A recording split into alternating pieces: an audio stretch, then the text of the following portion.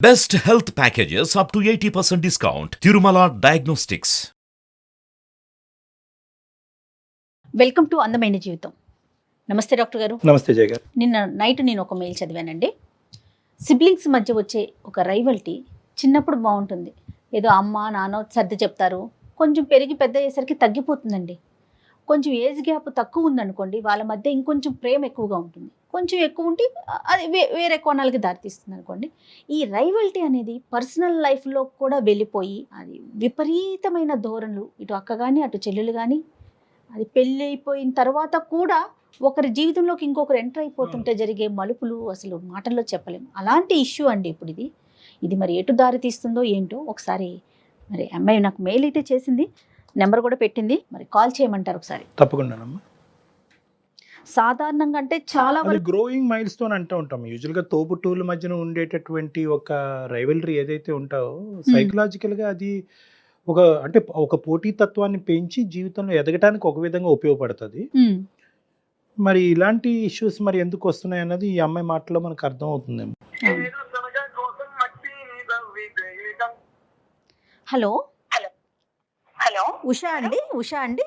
అవును మేడం. ఉషా గారు, నేను సుమన్ టీవీ నుంచి మాట్లాడుతానండి, అందమైన జీవితం ప్రోగ్రామ్ నుండి. Hi madam. హాయ్ అండి, బాగున్నారా? బాగున్నాం మేడం. ఉషా, మీరు మెయిల్ చేశారు, చూశాను. నేను డాక్టర్ గారికి కూడా బ్రీఫ్గా చెప్పాను. నేను రైట్, డాక్టర్ గారితో ఒకసారి చెప్పండి, బ్రీఫ్గా చెప్పండి Usha. Okay ma'am. Right, okay. అమ్మా ఉషా, నమస్తే అమ్మా. నమస్తే సార్. ఎంతమ్మా మీ వయసు ఎంత, మీ ఊరు ఎక్కడ? మాది ఖమ్మం సార్. 25 years సార్ నాకు. ఓకే. నేను మా అక్క ఇద్దరమే అక్క చెల్లెలం సార్, ఎవరు లేరు మాకు. మా అక్క ప్రతి విషయంలో నన్ను చిన్నప్పటి నుంచి డామినేట్ చేస్తూ వచ్చేది సార్. ప్రతిదీ తనకి చెప్పి చెయ్యాలి. ఎక్కడికి వెళ్ళినా కూడా తను ఎక్కడికి వెళ్తున్నావు అని అడుగుతుంది. ప్రతిదీ నన్ను ఒక చెల్లిలా ఎప్పుడు చూడలేదు సార్ నన్ను. అక్కకి మీకు ఎంత ఏజ్ గ్యాప్ ఎంత? 2 years ఉంటుంది మేడం, అంతే. ఓకే. ప్రతిదానికి తను చెప్పినట్టే చేయాలి సార్. అది స్టడీలో చాలా బాగా చదువుతుంది సార్, గోల్డ్ మెడలిస్ట్. నాకేమో అంత స్టడీ మీద అంత ఇంట్రెస్ట్ లేదు, నేను యావరేజ్ స్టూడెంట్ ని. ప్రతి దానికి నాకు ఏదైనా ఫోన్ వచ్చినా కూడా ఎవరు, ఎంతసేపు మాట్లాడతావు, ఇంతసేపు ఎక్కడికి వెళ్ళావు, అన్ని అంతే సార్. చిన్నప్పటి నుంచి అంతే. ఒక చెల్లిగా ఒక్కసారి కూడా నన్ను ఏంటి అనేసి ఏదైనా బాధ ఉన్నా కూడా ఏమైంది అని అడగదు సార్. అసలు ఇంట్లో తను చెప్పింది వినాలి.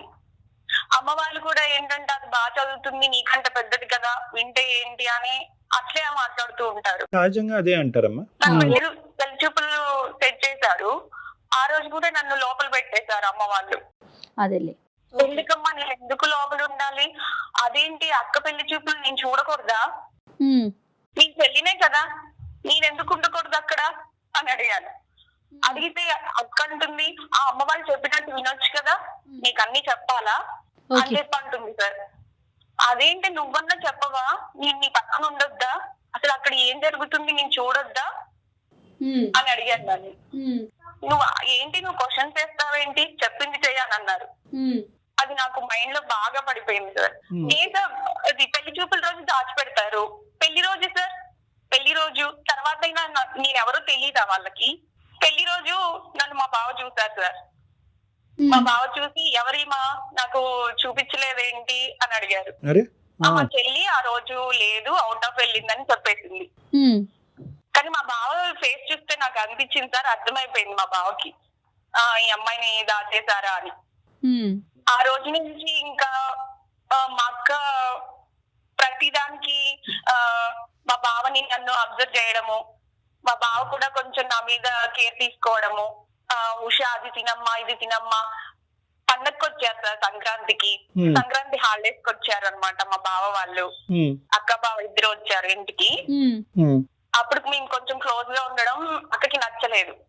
క్లోజ్ గా అంటే మామూలుగా బావ మధ్యలో అన్నాక ఇంకా అల్లరి చేస్తూ అలా ఉంటారు కదా మేడం, అలాగే అలా ఆడుకుంటూ పాడుకుంటూ ఉన్నాము. అది ప్రతి దానికి ఉడుక్కుంటూ ఉంది. అప్పుడు అనిపించింది నాకు, ఇన్ని రోజులు నన్ను ఏడిపించింది, ఇలా ఏడిపిద్దాం నిన్నే అని. నేను కూడా కొంచెం క్లోజ్ గా ఉండడము, మా బావతో ఆట పట్టించడం మా అక్కని అలా చేస్తూ ఉండేదాన్ని. అమ్మ కూడా అన్నది, ఎందుకు అలా క్లోజ్ గా ఉంటావు, అది ఫీల్ అవుద్ది అని అంది. ప్రతి దానికి అమ్మ వాళ్ళు కూడా సార్ అక్క కదా అడ్జస్ట్ అవ్వాలి అలాగే చెప్తూ ఉండేవాళ్ళు. ఎంతగానో మనం అడ్జస్ట్ అవ్వాలి నేను. అందుకని క్లోజ్ అయ్యారు బావకి. అందుకని క్లోజ్ అవ్వడం కాదు మేడం, అలా మాట్లాడుకుంటూ ఉండేవాళ్ళము. ఒక రోజు ఇంకా మా బావ కూడా ఇలా క్లోజ్ గా ఉంటూ ఒక రోజు చెప్పేశారనమాట, నువ్వంటే నాకు చాలా ఇష్టం ఉషా అని. నాకు కూడా నేను అలా ఉంటూ మా బావ అంటే ఇష్టం పెరిగిపోయింది మేడం. మా అక్క ఒకసారి మేమిద్దరం క్లోజ్ గా డీప్ గా ఉండడం చూసేసింది. ఏంటమ్మా? నేను ఇంకా ఆ రోజు నుంచి మా అక్కకి మొహం చూపించుకోలేకపోయాను సార్. మీరు అంత డీప్ గా ఎట్లా క్లోజ్ అయిపోయారు? యాక్చువల్లీ నేను అక్క వాళ్ళ ఇంటికి 2-3 సార్లు వెళ్ళాను. మేమిద్దరం అలా ఉండడం చూసి అది బాగా ఉడుక్కునేది మ్యామ్. నేను కూడా అలాగే ఉండాలి, ఇది నన్ను చిన్నప్పటి నుంచి ఎంత టార్చర్ పెట్టింది, నేను ఉండాలి అని అలాగే మామూలుగానే ఉన్నాను నేను. కానీ ఇట్లా నాకు తెలియకుండానే మేమిద్దరం క్లోజ్ అయిపోయాం మ్యామ్. ఒక రోజు నాకు ఎగ్జామ్ ఉంది, వెళ్ళాను అనమాట. నేను తెలియకుండా ఎలా క్లోజ్ అయిపోతారులే అమ్మా. సరే చెప్పండి. ఈగోతో కాదు సార్, మామూలుగానే మేము. అది కాదమ్మా పాయింట్. వెళ్ళాము, వెళ్ళిన తర్వాత అక్కడ మేమిద్దరం అలా ఉండడం మా అక్క చూసేసింది. ఆ రోజు నుంచి నేను మా అక్కకి మొహం చూపించుకోలేకపోయాను సార్ అసలు. ఓకే. ఒక రోజు మా అక్క వచ్చి బాగా ఏడ్ చేసింది, ఉషా ప్లీజ్ నువ్వు నా లైఫ్ ని డిస్టర్బ్ చేయకు అని నా కాళ్ళు పట్టుకుంది మేడం. కానీ నేను అలా ఈగోతో ఏం చేయలేదు సార్. నాకు మా అక్క ఇష్టమే, కానీ నా మైండ్ అలా మార్చింది అదే.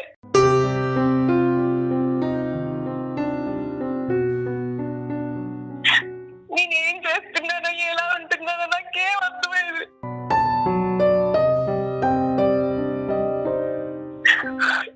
చిన్నప్పటి నుంచి అంతే సార్, అది చేయడం వల్ల నేను ఇలా తయారయ్యేమో అనిపిస్తుంది. కానీ ప్రతి దానికి మా అక్క నన్ను టార్చర్ చేసింది. సరే కానీ నేను మొన్న మా అక్క అలా వచ్చి అడిగేసరికి నేనేంటి ఇలా చేశాను, నేను ఇలా చేయకుండా ఉండాల్సింది అని అనిపించింది. ఇప్పుడేమో మా బాబాయ్ బాగా అడిక్ట్ అయిపోయాడు. నేను వద్దు అని చెప్పిన ఆయన వినరు. నాకేం చేయాలో అర్థం కావట్లేదు. నేను సారీ చెప్పాల్సి వస్తే చెప్తాను. ఉషా ఇది సారీ చెప్తే పోయే బాధ కాదమ్మా. Point number 1. పాయింట్ నెంబర్ 2, ఇప్పుడు బావని కంప్లీట్గా తీసి పక్కన పెట్టు. బావ ఇష్యూ కాదు ఇక్కడ. The issue is between 2 sisters. ఒక పరాయి స్త్రీ బయట స్త్రీకే ఇటువంటి అన్యాయం జరిగితే తట్టుకోలేనప్పుడు సొంత అక్కకి వెన్నుపోటు పడటం అంటారు. ఇక్కడ నువ్వు ఏడుస్తున్నావు, అబ్బాయి ఏడవద్దమ్మా అనే మాట అనాలని అనిపిస్తుంది, కానీ నీకు సానుభూతి చూపిస్తే కనుక నీ తప్పుని క్షమించి నిన్ను ఇంకా ముందుకు పంపించే వాళ్ళం అవుతామేమో అనే భయంతో నీకు సానుభూతి చూపెట్టడానికి ఇక్కడ వీలు పడదని చెప్తున్నాను నేను. We can't sympathise with you. నీకు సింపతి చూపెట్టడం అనేది ఇక్కడ సొల్యూషన్ కాదు. ఇంకా ఇంకొక విషయం ఏంటంటే కళ్యాణ్ గారు, పెళ్లి చూపులప్పుడు చాలా సహజం అండి మన కల్చర్లో చిన్న పిల్లల్ని పెళ్లి చూపుల్లో ముందుకు రానివ్వరు. అది చాలా సహజంగా జరిగిపోయే ఒక ఇష్యూ. దాన్ని భూతద్దంలో పెట్టి చూసుకోవాల్సినంత అవసరం లేదు ఉషా. ఇక్కడ ఏంటంటేనమ్మా, బహుశా నీకెవరూ కూడా అక్క చెల్లెల మధ్యన కానీ అన్నాదమ్ముల మధ్యన ఉండేటటువంటి వైర్యం ఏదైతే ఉందో అది ఒక సహజ సిద్ధమైనటువంటి వైర్యం, అది శత్రుత్వం కాదు. It's a growing mile stone అంటూ ఉంటారు సైకాలజీలో. అలా ఎదగటం అది ఓకే సార్, కానీ చెల్లి అన్నప్పుడు అక్క వాడినవే వాడడము, అక్క వాడిన డ్రెస్సెస్ అక్క వాడిన బుక్స్ వాడాలని లేదు కదా సార్. చెల్లి కంటూ ఉంటది కదా. కరెక్ట్. ఇవన్నీ నెగిటివ్ పాయింట్స్ అమ్మా. కానీ అక్క నీ మీద చూపెట్టేటటువంటి ఒక ఆధిపత్యం వల్ల అవనియండి, లేదంటే ఒక పెద్దరికం అవనియండి, ఏదన్నా అవనియండి, అది ఎప్పుడైనా నీకు జీవితంలో ఉపయోగపడింది అని నీకు అనిపించిందమ్మా? నీకు కొద్దిగా సొసైటీలో నీకు అంటూ ఒక కంట్రోల్ వచ్చింది, లేదంటే నేను ఈ తప్పు చేసి ఉండేవాడిని, మా అక్క ఆపకపోతే కనుక నేను ఇలా అయ్యి ఉండేదాన్ని, కొద్దో గొప్ప మా అక్క కంట్రోల్ పెట్టడం వల్ల సమాజంలో నాకంటూ ఒక సెల్ఫ్ కంట్రోల్ వచ్చింది, ఇష్టం నేను చదువు మీద ఒక ఇష్టం అనేటటువంటిది ఏర్పడింది, అడ్వాంటేజ్ పాయింట్స్ ఏమీ లేవమ్మా? చెల్లిలాగా ఎప్పుడు చూడదు సార్, అన్నిటికీ స్ట్రిక్ట్ గానే చేస్తుంది. ఇప్పుడు కూడా నాకు దాని మీద ఇష్టంతో సార్, ఇప్పుడు కూడా నాకేమనిపిస్తుంది అంటే దాని లైఫ్ కోసం నన్ను బతిమలాడుతుందేమో అని అనిపిస్తుంది సార్. నేను ఇంకా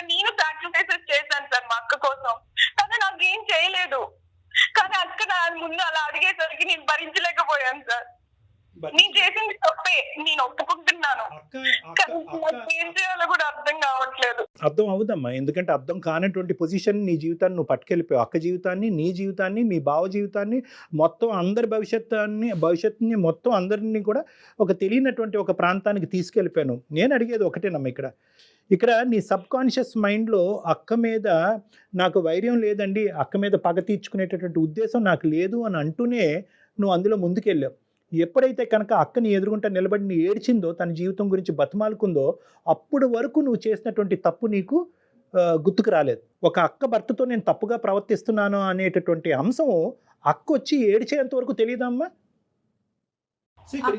అక్క మీద మీరు కోపాన్ని, తన మీద ఉన్న ఆక్రోశాన్ని మొత్తం తీర్చుకుంటున్నారు. మరి మీ జీవితం ఏమవుతుంది ఉషా, ఆలోచించారా? అదే మేడం, నేను ఆలోచించలేకపోయాను.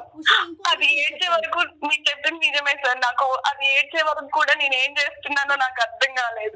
ఇప్పటికి కూడా నేను చేసిన తప్పే సార్, నేను ఒప్పుకుంటున్నాను. నేను ఏం చేయాలో నాకు అర్థం కాకే మీకు పేరు పెట్టుకున్నాను. నేను ఈ విషయాన్ని ఎప్పటికీ చెప్పుకోలేను సార్. ఒక ఫస్ట్ స్టాండర్డ్ పిల్లోడు కూడా ఇది తప్పని చెప్తాడమ్మా. దీనికి ఒక సైకాట్రిస్ట్ ఎవరు అక్కర్లేదు, దీనికి అందరూ తప్పే ఇది. కానీ ఏంటంటే ఇక్కడ నేను కొద్దిగా ఇక్కడ ముందుకు మనం ఏ విధంగా ముందుకు ప్రయాణిస్తున్నాము అనేది మనం అర్థం చేసుకోవాలి అంటే కనుక ఇక్కడ జరిగినటువంటి కొన్ని అంశాలు మనం ఇక్కడ జాగ్రత్తగా అర్థం చేసుకోవాలి. ఇక్కడ ఏంటంటే అక్క నన్ను ఇలా హింస పెట్టింది, బాధ పెట్టింది అంటే కనుక పాయింట్ నెంబర్ 1 నేను ఏమంటున్నానంటే, అక్కకి ఖచ్చితంగా నీ మీద ఓకే, నువ్వు ముందు ఈ విధంగా అందంగా ఉన్నావునో, లేదంటే ఎక్స్ట్రా కరికులర్ యాక్టివిటీస్లో ముందున్నావో నోనో, ఇలాంటి రకరకాల అంశాల వల్ల తనకి ఒక ఈర్ష్య అనేది ఉండుండొచ్చు. రెండోది ఏంటంటే, నాకు ఇప్పటికీ కూడా భయం కలిగించేది, చాలా భయం కలిగించే ఒక అంశం ఏంటంటే, మీరిద్దరూ ఒక కాంప్రమైజ్డ్ సిచ్యువేషన్లో ఉన్నటువంటి సన్నివేశాన్ని అక్క చూడకపోతే కనుక ఈ ఇష్యూ ఎక్కడి వరకు వెళ్ళి ఉండేది, నెంబర్ 1. నెంబర్ 2, మీ అక్క వచ్చి నీ కాళ్ళ మీద పడి ఏడవకుండా ఉండేటటువంటి పరిస్థితి ఏర్పడి ఉండేది కనుక ఈరోజు నువ్వు కంటతడి పెట్టుకునేదానివా, మాకు ఫోన్ చేసి ఉండేదానివా? అంటే నీకెంత డిలేడ్ రెస్పాన్స్ ఏర్పడింది. కేవలం అక్క చిన్నప్పటి నుంచి నన్ను ఇలా పెట్టింది, ఎలా పెట్టింది అనేటటువంటిది బయటకు నువ్వు పగ, ప్రతీకారం అనే మాటలు వాడకపోయినా కూడా ఇంటర్నల్గా నువ్వు రగిలిపోతున్నావు. ఆ ఇంటర్నల్గా రగిలిపోయేటటువంటి మనస్తత్వం ఈరోజు ఒక గెలుపు కింద నువ్వు భావిస్తున్నావు అనమాట. మీ అక్క భర్త మీద నువ్వు సాధించినటువంటి ఒక ప్రేమాయణం ఏదైతే ఉందో అది నువ్వు సబ్కాన్షియస్గా ఒక గెలుపుగా భావిస్తున్నావు. నాకు నీ దగ్గర ఉన్న ఒక సూటైన ప్రశ్న ఒకే ఒకటి, ఇది ఒక తప్పుడు ప్రేమ వల్ల ముందుకెళ్ళినటువంటిదా, లేదా అక్క మీద తీర్చుకునేటటువంటి ఒక పగ? లేదు సార్, లేదు. మా బావతో నాకు కూడా కొంచెం ఇష్టం ఏర్పడింది సార్. మా అక్క మీద ఈగో వల్లనే కాదు, మా బావ అంటే నాకు కూడా కానీ ఇష్టం. ఖచ్చితంగా అక్క మీద గెలుపు పొందుతున్నాను అనే భావం మొదలైన తర్వాత ప్రేమ మొదలైంది అన్నది నా ఆలోచనమ్మా. Yes or no? నువ్వు ఫస్ట్ నీ మాటల్లోనే నువ్వు అన్నావు, నేను గెలుపొందినట్టుగా నేను ఫీల్ అయ్యాను, నువ్వు ఆట పట్టిస్తున్నట్టుగా ఫీల్ అయ్యాను. ఫస్ట్ ఆట అన్నావు, తర్వాత అది కాస్త తప్పు కాస్త నేరం కింద మారిపోయింది. మళ్ళీ నువ్వేదో త్యాగం చేసినట్టు చెప్తున్నారు ఉషా మీరు. ప్లస్ ఫస్ట్లోనే ఒక మాట చెప్పారు, అక్క వాడిన పుస్తకాలే వాడాలా, అక్క వాడిన డ్రెస్లే వాడాలని. మరి సిగ్గనిపించలేదండి అక్క భర్తని వాడుకోవటానికి? సారీ ఉషా, ఇట్లా అంటున్నందుకు తప్పుగా అనుకోవద్దు. నన్ను అలా చేశారు, నా మైండ్ అలా మారిపోయింది మేడం. ఏంటమ్మా? అమ్మ వాళ్ళు కూడా అక్క చెప్పిందే వినాలి, అక్క చేసిందే చేయాలి. రైట్, కరెక్ట్ అమ్మా. ఇప్పుడు అమ్మ ఒకటి ఇక్కడ Usha, I think you're getting confused between 2 very big concepts. ఇక్కడ ఏంటంటే అక్క బాధ్యతగా ఉంది, అక్క పెద్దరికం వహిస్తుంది, అక్క బట్టలు వేసుకోవాలి, అక్క పెన్సిల్ వాడాలి, అక్క రబ్బర్తో చెరపాలి అనేటటువంటి అంశం వేరో, కాబట్టి ఇలా చేశారు కాబట్టి అక్క భర్తను నేను వాడుకుంటే తప్పేంటి అనేటటువంటి ఆలోచనకి ఈ రెండింటికి నక్కి నాగలోకానికి ఉన్నంత తేడా ఉందమ్మా. 100కి 90 ఇళ్లలో ఇది ఉంటుంది. అన్నయ్య తమ్ముడు కరెక్ట్గా ఉండాలనే ఆలోచనతో తమ్ముడి మీద ఆజమాయిషి చలాయిస్తాడు. ఒక పేరెంటల్ రోల్ అనేటటువంటిది ఒక అన్నయ్య తమ్ముడి మీద చూపెడతాడు, ఒక అక్క చెల్లి మీద చూపెడతాది. ఇప్పుడు నా జీవితం ఏమవుతుంది, రేపొద్దున నాకు అసలు పెళ్లి అవుతుందా, నేను ఎట్లా, అంత ఆలోచన ఉండదా, మెచ్యూరిటీ లెవెల్స్ ఉండవా? అంటే ఆ కోపంలో ఏదైనా చేసేస్తారంటారా? ఈ అమ్మాయి జీవితం గురించి ఆలోచించడం అన్న సెకండరీ అమ్మ. But she has no right to take away the life of our sister. వాళ్ళ అక్క జీవితాన్ని పాడు చేసేటటువంటి రైట్ దీనికి లేదు. ఆ మాంత్రికుడు, సారీ మీ సో కాల్డ్ మీ అక్క భర్తని మాంత్రికుడు అంటున్నాను, ఎందుకంటే కనుక ఈ మొత్తం అంశంలో పెళ్ళి అయిన దగ్గర నుంచి పెళ్లి పేట్ల మీద కూర్చుంటూ కూడా నా వైపే చూశాడు అనేటటువంటి ఒకడు అసలు ఎంత పాపం పని చేస్తాడమో. నువ్వు తప్పు చేస్తే కనుక అతను నేరం చేస్తున్నాడు, డబుల్ స్టాండర్డ్స్ చూపెడుతున్నాడు. అక్కతో పాటు చెల్లిని కూడా వాడుకోవచ్చు అనే ఆలోచనతో మొదటి నుంచి ఉంది అతనికి. నీకు మొదటి నుంచి లేదు ఈ ఐడియా. అతను పెళ్లిపేట్ల మీద కూర్చున్నప్పటి నుంచి అక్కతో పాటు బై 1 get 1 ఫ్రీ అన్నట్టుగా అతను ముందుకు వెళ్ళాడు. ఇక్కడ అందులో డౌటే లేదమ్మా. నన్ను రూమ్ లో పెట్టి అలా ఉంచకుండా ఉంటే No. అలా అవ్వేది కాదేమో సార్. అదే మాట చెప్తుంది తను, పెళ్లి చూపుల విషయాన్ని తీసుకొస్తోంది. అంటే అయితే ఏంటమ్మా, తర్వాత ఎప్పుడన్నా ఒక 5 సంవత్సరాల తర్వాత నిన్ను చూపెడితే అప్పుడు కూడా నీతో ప్రేమాయణం మొదలు పెడతాడా? అది కాదు సార్. లేదమ్మా, లేదు. నువ్వు Sorry చేసిన తప్పుని సమర్థించుకుంటున్నావు ఉషా. లేదు మేడం, నేను తప్పని ఒప్పుకుంటున్నాను, కానీ నాకు నేను అలా చేయడానికి కారణం అయితే నా మైండ్ సెట్ మేడం. నన్ను Yeah. అలా నా మైండ్ అలా మారిపోయింది మాత్రం అక్క వల్లే. రైట్. ఇప్పుడు యూ టర్న్ తీసుకుంటావా? ఇప్పుడు నువ్వు చేసింది నువ్వు చేసిన ఏం సమాధానం చెప్పాలో నాకు అర్థం కావట్లేదు. నాన్న, ఇప్పుడు ఎలా ఫేస్ చేయాలో నాకు అసలు అర్థం అవ్వట్లేదు. తల్లి, ఇప్పుడు ఏడవటంలో ఏమీ లాభం లేదు. నేను ఇందాక కూడా చెప్పాను, ఇటువంటి అంశాల దగ్గర మేము సానుభూతి చూపెట్టడం కష్టం, ఎందుకంటే నువ్వు చాలా తప్పు అనే ఉచ్చులో ఉన్నావు. నేను ఒకటే చెప్తున్నాను నీకు, ఇప్పటికైనా జరిగింది. ఇప్పటికి యూ టర్న్ తీసుకుని నీ తప్పుని తెలుసుకుని క్షమాపణ అడిగి వెనుదిరగలవా? Can you come back? నేను ఓకే సార్, కానీ మా బావ ఎవరమ్మా మీ బావ? ఒప్పుకోవట్లేదు. మీ బావే పెద్ద మాంత్రికుడమ్మా. మీ బావే నేరస్తుడు ఇక్కడ. మీ బావ తప్పుదోవలో వెళ్తూ ఉంటే కనుక అతన్ని చూసి జాలి పడతావేంటమ్మా? అతని దయాదాక్షిణ్యాల మీద మీ జీవితాన్ని నిలబెట్టకూడదు. నువ్వు గట్టిగా చెప్పాలి. కాదమ్మా, మీ బావకి మీ అక్కనిచ్చి పెళ్లి చేశారా లేకుంటే ఇంకొకటా? మా అక్కని ఇచ్చేసారు. మరి ఏం ఉషా? ఎవరిని చూసి జాలి పడుతున్నావమ్మా? ఎవరిని చూసి అయితే నీ జీవితంలో చూసి జాలి పడకూడదో వాళ్ళని చూసి జాలి పడుతున్నావు. పడుతున్నావు. ఇంకా నీ వైపు తప్పుగా ప్రవర్తిస్తే చెప్పాల్సింది పోయి నువ్వు ఎంకరేజ్ చేసి మళ్ళీ ఇప్పుడు పాపం బావ అంటున్నావు. పాపం అక్క అనేది మాట్లాడట్లేదు నువ్వు.